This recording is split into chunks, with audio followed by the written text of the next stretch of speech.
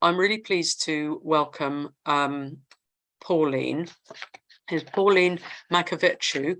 She is an activist feminist photographer, and she's going to talk about being a feminist photographer in a misogynistic society that advocates the hypersexualization of women and makes feminist activists invisible. I'm Pauline Macoviciu. I'm French.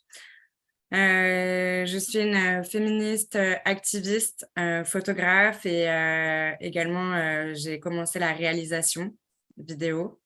Donc, dans cette société où les femmes ne sont représentées que de manière passive, hypersexualisée et où la réalité matérielle est aujourd'hui effacée, en tant que photographe et que féministe activiste, j'essaie de continuer à documenter les luttes et à créer également des séries photographiques, artistiques, avec toujours une intention politique. J'essaie de représenter des images de femmes en lutte, des images de femmes fortes, puissantes et authentiques. Le personnel est politique, c'est un slogan qui date des luttes féministes des années 60 et je pense qu'il est et qu'il sera toujours d'actualité et c'est sur ce concept du personnel qui est politique que je vais aujourd'hui amener la présentation de mon travail en repassant par mon parcours de vie et ma vision de la photographie féministe. Je suis née en 1986 en banlieue parisienne, dans un milieu ouvrier. J'ai eu la chance de pouvoir passer mon baccalauréat et malheureusement, je n'ai pas pu faire les études de journaliste dont je rêvais. J'ai été en couple 7 années avec un homme violent et j'ai réussi à sauver ma vie au bout de 7 ans. Et c'est après ces 7 années de violence que j'ai réussi à trouver dans la photographie un mode d'expression. Une fois que j'ai pu fuir la violence et la précarité économique, j'ai rejoint les mouvements féministes, les mouvements d'activistes féministes et en janvier 2015, j'ai rejoint le mouvement Femen.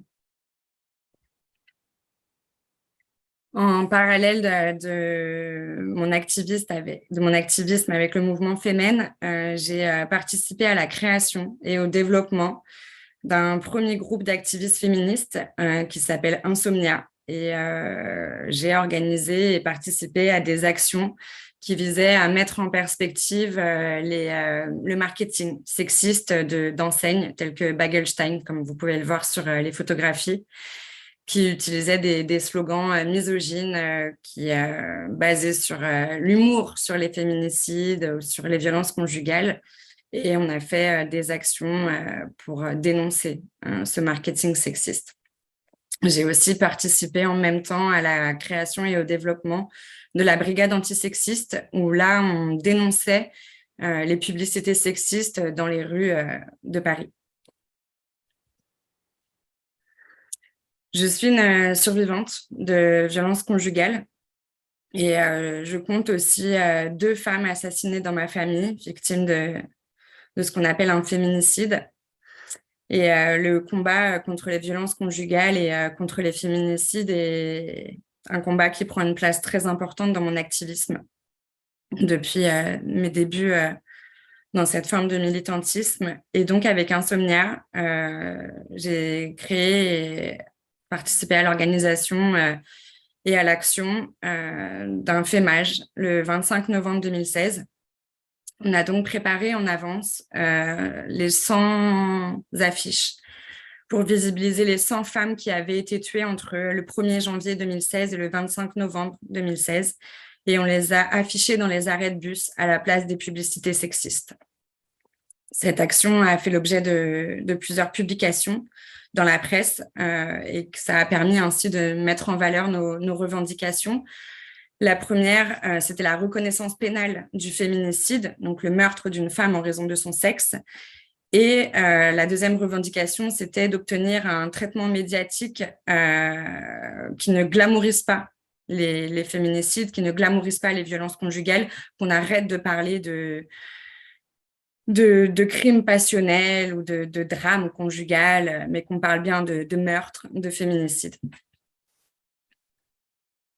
Donc, on a eu plusieurs articles dans la presse qui nous ont permis aussi de donner le mot féminicide à un plus grand pourcentage de la population, que ça sorte des milieux féministes.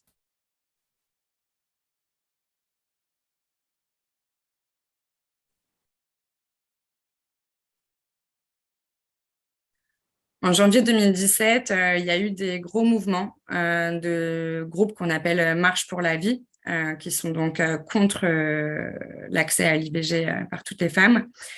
Et on a fait cette action avec une bonne vingtaine ou trentaine de femmes, d'afficher partout dans les rues de Paris des slogans qui visaient à protéger l'accès à l'IVG, le remboursement de l'IVG. Et ces photos ont été l'objet de mes premières publications de photographies dans la presse. C'est à ce moment-là que j'ai rejoint le militantisme et la photographie et que je suis devenue une photographe féministe.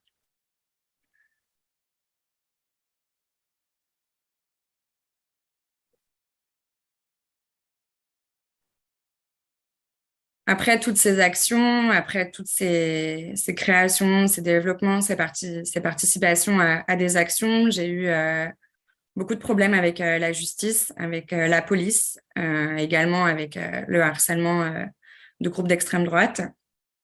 Et j'ai mis de côté mon engagement dans les collectifs pour me consacrer vraiment à la photographie et j'ai pu me payer des cours du soir spécialisée en photographie studio et en reportage photographique. Et c'est là que j'ai vraiment approfondi ma technique de photographie qui vise à présenter les femmes de manière authentique, à ne pas sexualiser les postures et les corps des femmes et à les présenter telles qu'elles sont, telles que nous sommes, c'est-à-dire toutes différentes et dans l'action, loin de la passivité, loin de la pornification de nos représentations. Là, on peut voir le collectif Abolition Porno-Prostitution, qui sont des femmes qui font un travail énorme pour les survivantes, mais aussi pour les revendications qu'elles mettent en avant pour la protection des femmes en situation de prostitution et des survivantes de la prostitution. Ici, c'est une photographie dans un squat féministe radical.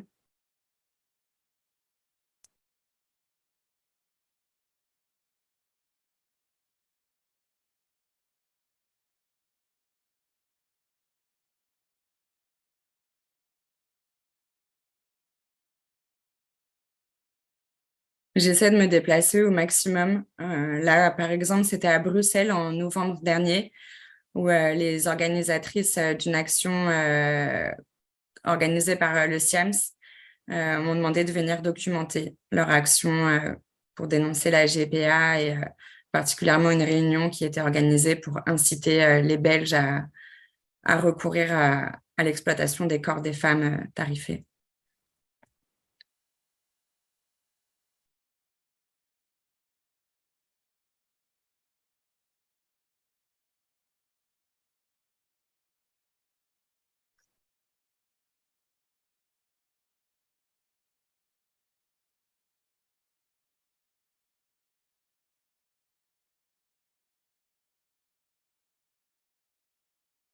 Il y a aussi toute la partie sur mes séries photographiques où là, je crée des images de femmes comme je les imagine, comme j'aurais aimé les voir quand j'étais plus jeune et que je recherchais des représentations de femmes.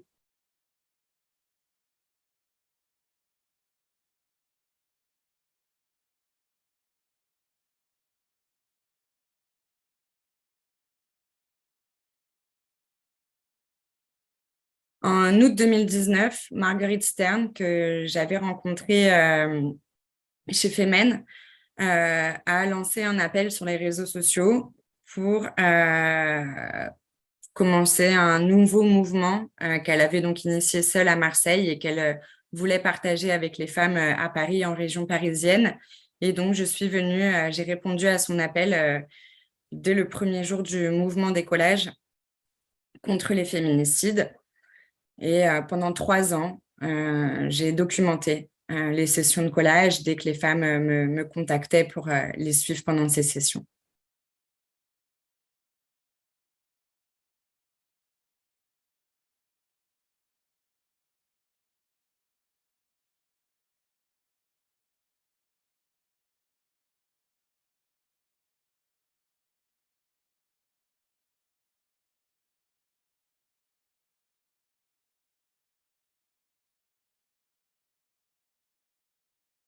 En septembre 2019, j'ai créé une série photographique qui s'appelle Women Are Not Afraid, Les femmes n'ont pas peur. C'est un travail de mise en perspective des femmes dans l'espace public qui a pour but de dénoncer le harcèlement et les agressions sexistes et sexuelles dont sont victimes les femmes et qui représentent une violence systémique, universelle et intemporelle. Women Are Not Afraid, donc ma série photographique est composée de peut-être aujourd'hui 250, il faudrait que je recompte, portraits individuels de femmes et plus d'une vingtaine de photos de groupe.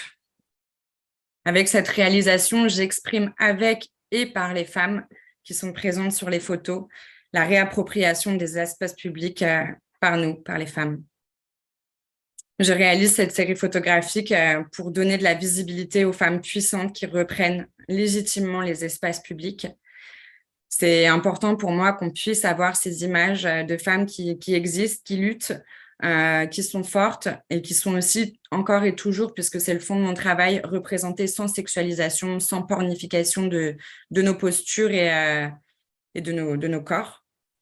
C'est important pour moi de visibiliser, de présenter ces visages, leur regard de femmes fortes, déterminées, qui bravent le danger des violences misogynes pour vivre la liberté de circuler, qui est un droit et une liberté fondamentale.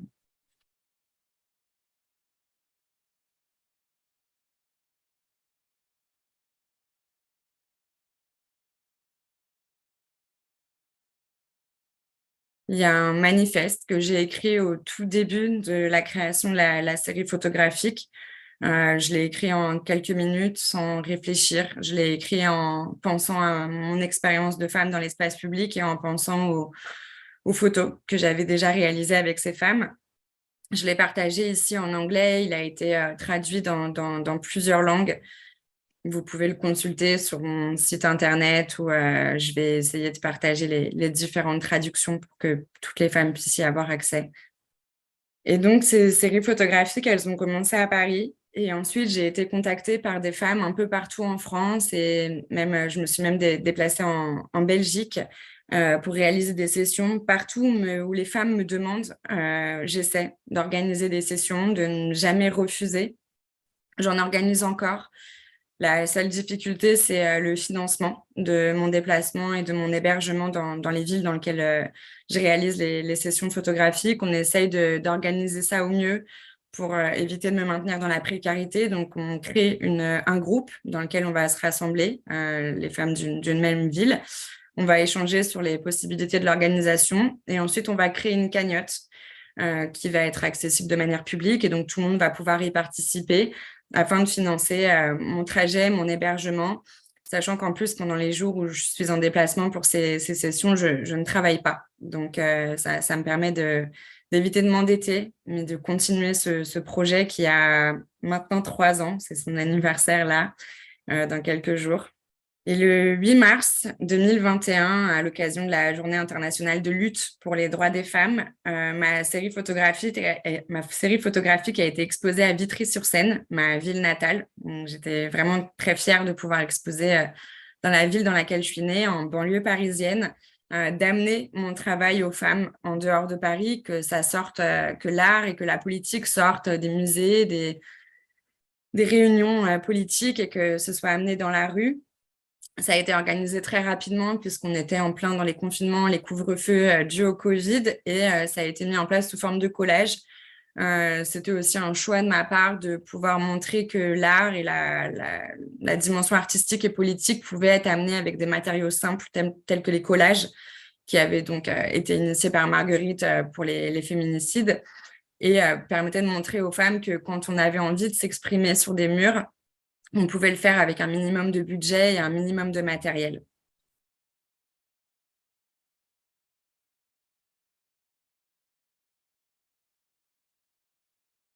Et le soir même, mon exposition a été dégradée. Elle a été jugée pas inclusive parce que je refuse d'inclure dans mon travail, dans mes créations féministes et dans ma documentation des luttes, les hommes travestis. Je refuse de considérer que l'exploitation des corps des femmes et les viols tarifés puisse être un travail. Mon exposition a été dégradée. Ça a été relayé sur les réseaux sociaux où j'ai été insultée, humiliée, où j'ai considéré que les femmes qui avaient posé pour moi subissaient à travers cette dégradation également une insulte et une humiliation, puisque on s'était regroupés pour témoigner des violences qu'on subissait dans l'espace public et que le sujet avait été détourné pour se concentrer sur les hommes travestis. Aujourd'hui, je suis donc cataloguée comme féministe radicale, excluante, TERF. On me propose de travailler sur des sujets qui mettent en perspective les hommes qui se sentent femmes, de travailler sur la glamourisation de la prostitution, de la sexualisation des corps des femmes. C'est déjà difficile de se faire une place dans le milieu de la photographie, dans le milieu de l'art en tant que femme. C'est impossible aujourd'hui de percer en étant critique du genre et abolitionniste de la prostitution. Je suis victime de ce qu'on appelle aujourd'hui la cancel culture. Je n'ai aucun soutien financier. Quand je demande des expositions, on ne me répond pas ou on refuse mes demandes. J'avais un projet d'édition de livre photo qui a finalement été annulé en raison de mes positions qui faisaient courir des risques de harcèlement à la maison d'édition.